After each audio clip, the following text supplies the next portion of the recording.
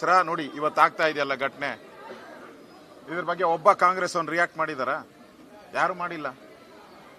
ಅವ್ರಿಗೆ ಏನೇ ಹಿಂದೂಗಳು ಒಂದು ರೀತಿ ಭಯಭೀತರಾಗಿ ಮಾಡುವಂತದ್ದು ಒಂದು ಇದರ ಕೃತ್ಯ ಇದು. ಅದನ್ನ ಗೋವುಗಳ ಮೇಲೆ ತೀರ್ಸ್ಕೊಂಡಿದ್ದಾರೆ ಅಷ್ಟೇ. ಅವ್ರನ್ನ ಭಯ ಬೀಳ್ಸಕ್ಕೆ ಗೋವುಗಳ ಮೇಲೆ ತೀರ್ಸ್ಕೊಂಡಿದ್ದಾರೆ. ಇದು ಜಿಹಾದಿಯ ಕೃತ್ಯ. ಇದನ್ನ ನಾನು ಬಲವಾಗಿ ಖಂಡಿಸ್ತೀನಿ. ಇದು ಈ ತರ ಮಾಡಿದ್ರೆ ಮುಂದೆ ಸಂಕ್ರಾಂತಿ ಹಬ್ಬನ ನಾಳೆ ಯಾವ ಮುಖ ಇಟ್ಕೊಂಡು ಆಚರಿಸ್ಬೇಕು? ಇಡೀ ಕರ್ನಾಟಕದ ಜನ ಯಾವ ಮುಖ ಇಟ್ಕೊಂಡು ನಾವೆಲ್ಲರೂ ಕೂಡ ಸಂಕ್ರಾಂತಿಯನ್ನು ಆಚರಣೆ ಮಾಡಬೇಕು? ಸರ್ಕಾರ ಏನಾನ ಕ್ರಮ ತೆಗೆದುಕೊಳ್ಳಿಲ್ಲ ಅಂದ್ರೆ ಕರಾಳ ಸಂಕ್ರಾಂತಿಗೂ ಕರೆ ಕೊಡ್ತೀರಿ. ನಾವು ಎಚ್ಚರಿಕೆಯನ್ನು ಕೊಡ್ತಾ ಇದ್ದೀನಿ ಸರ್ಕಾರಕ್ಕೆ. ಕರಾಳ ಸಂಕ್ರಾಂತಿಯನ್ನು ಮಾಡ್ತೀರಿ.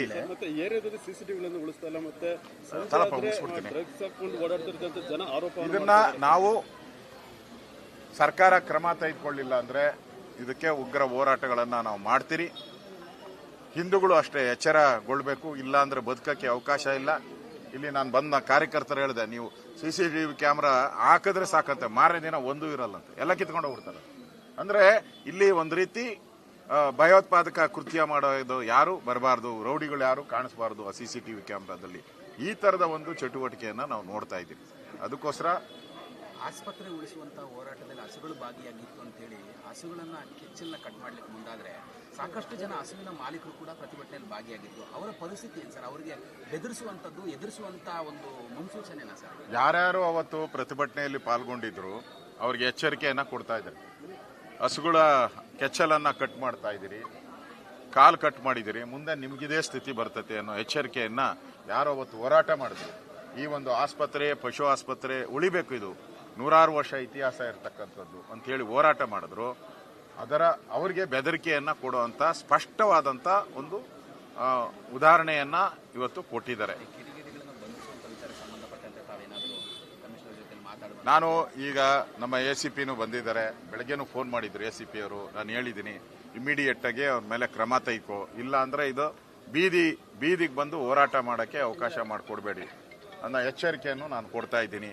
ಸಂಕ್ರಾಂತಿ ಅಂತ ಒಂದು ಪುಣ್ಯದ ಹಬ್ಬದಲ್ಲಿ ಹಸುಗಳನ್ನ ಪೂಜೆ ಮಾಡುವಂತ ಹಬ್ಬದ ಹಸುವಿನ ಕೆಚ್ಚಲನ್ನೇ ಕಟ್ ಮಾಡ್ತಾರೆ ಈ ಜಿಹಾದಿಗಳು. ಅಂದ್ರೆ ಇವ್ರನ್ನ ಯಾವ ರೀತಿ ನಾವು ಹೇಳ್ಬೇಕು? ಈ ಸರ್ಕಾರಕ್ಕೆ ಯಾವ ರೀತಿ ಚೀಮಾರಿ ಹಾಕ್ಬೇಕು? ಮಾನ ಮರ್ಯಾದೆ ಇದೆಯಾ ಈ ಸರ್ಕಾರಕ್ಕೆ? ಗೌರವ ಇದೆಯಾ ಈ ಸರ್ಕಾರಕ್ಕೆ?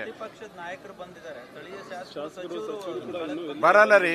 ಅವ್ರಿಗೆ ನೋಡಿ ವೋಟ್ ಬೇಕಾದಾಗ ಬರ್ತಾರೆ ಅಷ್ಟೇ. ವೋಟ್ ಆದ್ಮೇಲೆ ಪತ್ತೆ ಇರಲ್ಲ ಈ ಕಡೆ. ದೇವಸ್ಥಾನಕ್ಕೆ ವೋಟ್ ಮುಂಚೆ ನೋಡಿ ಎಲ್ಲ ದೇವಸ್ಥಾನಗಳಿಗೆ ಹೋಗ್ಬಿಡ್ತಾರೆ. ಯಾಕೆ?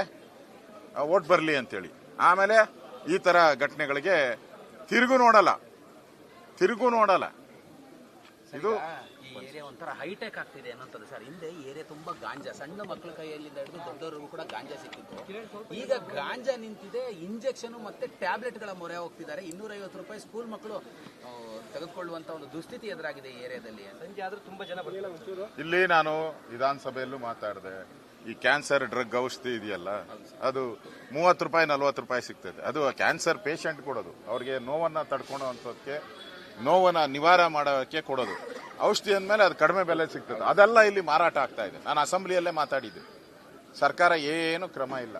ಆಗಿ ಮಾತಾಡಿ 1 ತಿಂಗಳಾಯ್ತು, ಒಬ್ಬರನ್ನು ಅದ್ರ ಬಗ್ಗೆ ಬಂಧಿಸಿಲ್ಲ, ಒಬ್ಬರ ಮೇಲೆ ಕ್ರಮ ತೆಗೆದುಕೊಳ್ಳಿಲ್ಲ. ನಾವು ಉದಾಹರಣೆ ಎಲ್ಲ ಕೊಟ್ಟೆ, ಜಯನಗರ ಆಸ್ಪತ್ರೆ ಉದಾಹರಣೆ ಕೊಟ್ಟೆ ನಾನು. ಎಲ್ಲೆಲ್ಲಿ ಮಾರ್ತಾ ಇದ್ದಾರೆ ಅಂಗಡಿಗಳು, ಪ್ರಿಸ್ಕ್ರಿಪ್ಷನ್ ಇಲ್ದೇನೆ ಕೊಡ್ತಾರೆ. ಇಲ್ಲಿ ಎಲ್ಲ ಅಂಗಡಿಗಳು ಏನಿದೆಯಲ್ಲ ದಂಧೆ ಮಾಡ್ಕೊಂಬಿಟ್ಟೆ ಅವ್ರು. ಇಲ್ಲಿ ಮೆಡಿಕಲ್ ಸ್ಟೋರ್ ಎಲ್ಲ ದಂಧೆ ಮಾಡ್ಕೊಂಡು ಪ್ರಿಸ್ಕ್ರಿಪ್ಷನ್ ಇಲ್ಲದೆ ಅದು ಕೊಟ್ಟು ಸಾವಿರಾರು ಜನ ಯುವಕರಿಗೆ, ಮಕ್ಕಳಿಗೆ, ಶಾಲಾ ಮಕ್ಕಳಿಗೆ ಆ ಟ್ಯಾಬ್ಲೆಟ್ ತಗೊಳ್ಳೋಂತ ಅಭ್ಯಾಸ ಮಾಡ್ಬಿಟ್ಟಿದ್ದಾರೆ. ಅವ್ರ ಜೀವನನೇ ಹಾಳು ಮಾಡ್ತಾ ಇದ್ದಾರೆ. ಇಷ್ಟಿದ್ರು ಕೂಡ ಶಾಸಕರು ನಾವೆಲ್ಲರೂ ಒಂದೇ ಅಂತ ಹೇಳ್ತಾರೆ. ಅದು ಊಟ ಇದುವರೆಗೂ ಅದೇ ಎಲ್ಲ ಒಂದೇ, ಯಾವಾಗ ಓಟ್ಗೆ ಬಂದಾಗ ಅಷ್ಟೇ. ಈಗ ಪತ್ತೆ ಇರಲ್ಲ ಅವರು.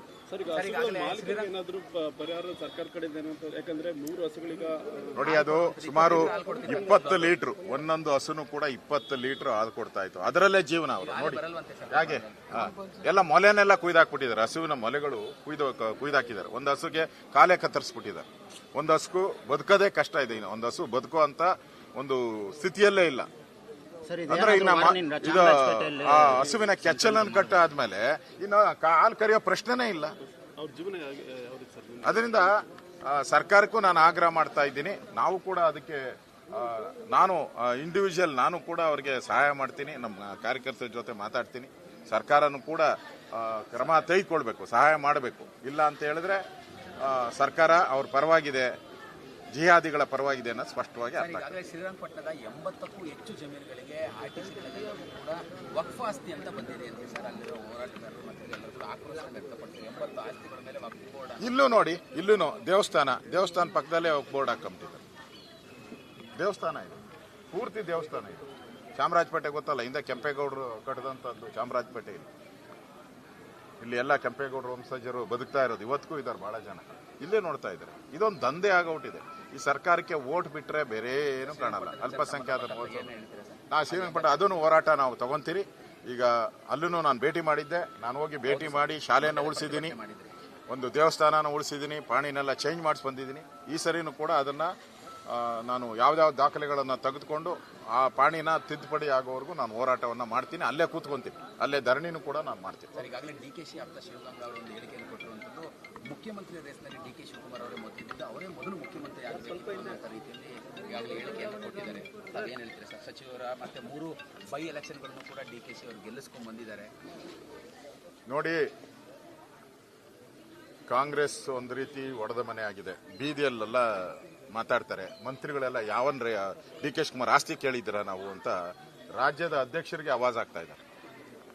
ರಾಜ್ಯದ ಅಧ್ಯಕ್ಷರಿಗೆ ರಾಜಣ್ಣ ಆವಾಜ್ ಆಗ್ತಾ ಇದ್ದಾರೆ. ಪರಮೇಶ್ವರು ನಾವು ನಮ್ಮೂಟ ಅದೇನು ಹೇಳ್ತಾರ, ಅದೇನೋ ಪಾರ್ಟಿ ಇದು ಎಣ್ಣೆ ನಂದು ಊಟ ನಂದು ಅಂತ ಹೇಳಿ ನಡೀತಾ ಇದೆಯಲ್ಲ, ಅದಕ್ಕೆ ನೀವ್ಯಾರು ಕೇಳಕ್ಕೆ ಅಂತೇಳಿ ದಲಿತರ ಕಾರ್ಡನ್ನು ಉಪಯೋಗ ಮಾಡಿದ್ದಾರೆ.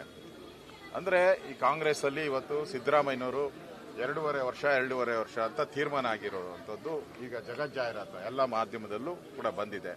ಈಗ DK ಶಿವಕುಮಾರ್ ಮೊನ್ನೆ ಅಸೆಂಬ್ಲಿಯಲ್ಲಿ ಒದ್ದು ಕಿತ್ಕೊಂತೀನಿ ಅಂತ ಹೇಳಿದ್ದಾರೆ. ಆ ಒದ್ದು ಕಿತ್ಕೊಂತೀನಿ ಅನ್ನೋದಕ್ಕೆ ಈಗ DK ಶಿವಕುಮಾರ್ಗೆ ಪನಿಷ್ಮೆಂಟ್ ಕೊಡ್ತಾ ಇದ್ದಾರೆ ಕಾಂಗ್ರೆಸ್.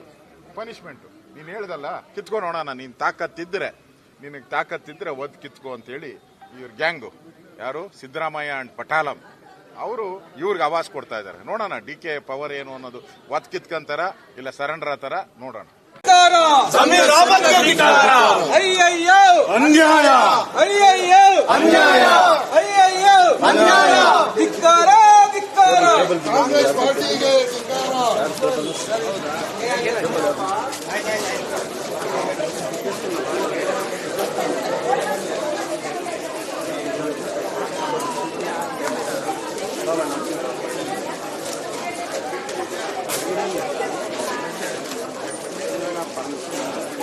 ನೀವು ಬಾಧೆಯಲ್ಲಿ ಹೇಳಿದ್ದೀರಿ, ಅದನ್ನ ರಾಜಕೀಯ ಮಾಡ್ತಾವ್ರಿ. ಬಂದು ಏನ್ ಮಾಡೋಣ? ಯಾರೇನೇ ಮಾಡಿರಿ, ಅವ್ರಮ್ಮನ ನಿಮ್ಮಮ್ಮನೇ, ನಿಮ್ಮಮ್ಮಗೂ ಅದೇ ಇರೋದು, ಆಯ್ತು, ಮಾಡಿರೋದು ಯಾವನ ಸೈಕೋ ಜಮೀರ ಮಂದಿಗೆ ಧಿಕ್ಕಾರ ಅಂತಾರೆ. ನೋಡಿ ನಮ್ಗೆಲ್ಲ ಬೇಡ, ನಮ್ಮ ತಾಯಿಗಳು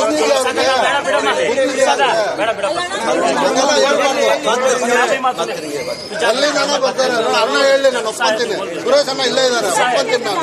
ಎಲ್ಲಿಂದಾನ ಬಂದ್ಬಿಟ್ಟು ಇಲ್ಲಿ ಬಂದ್ಬಿಟ್ಟು ಧಿಕ್ಕಾರ.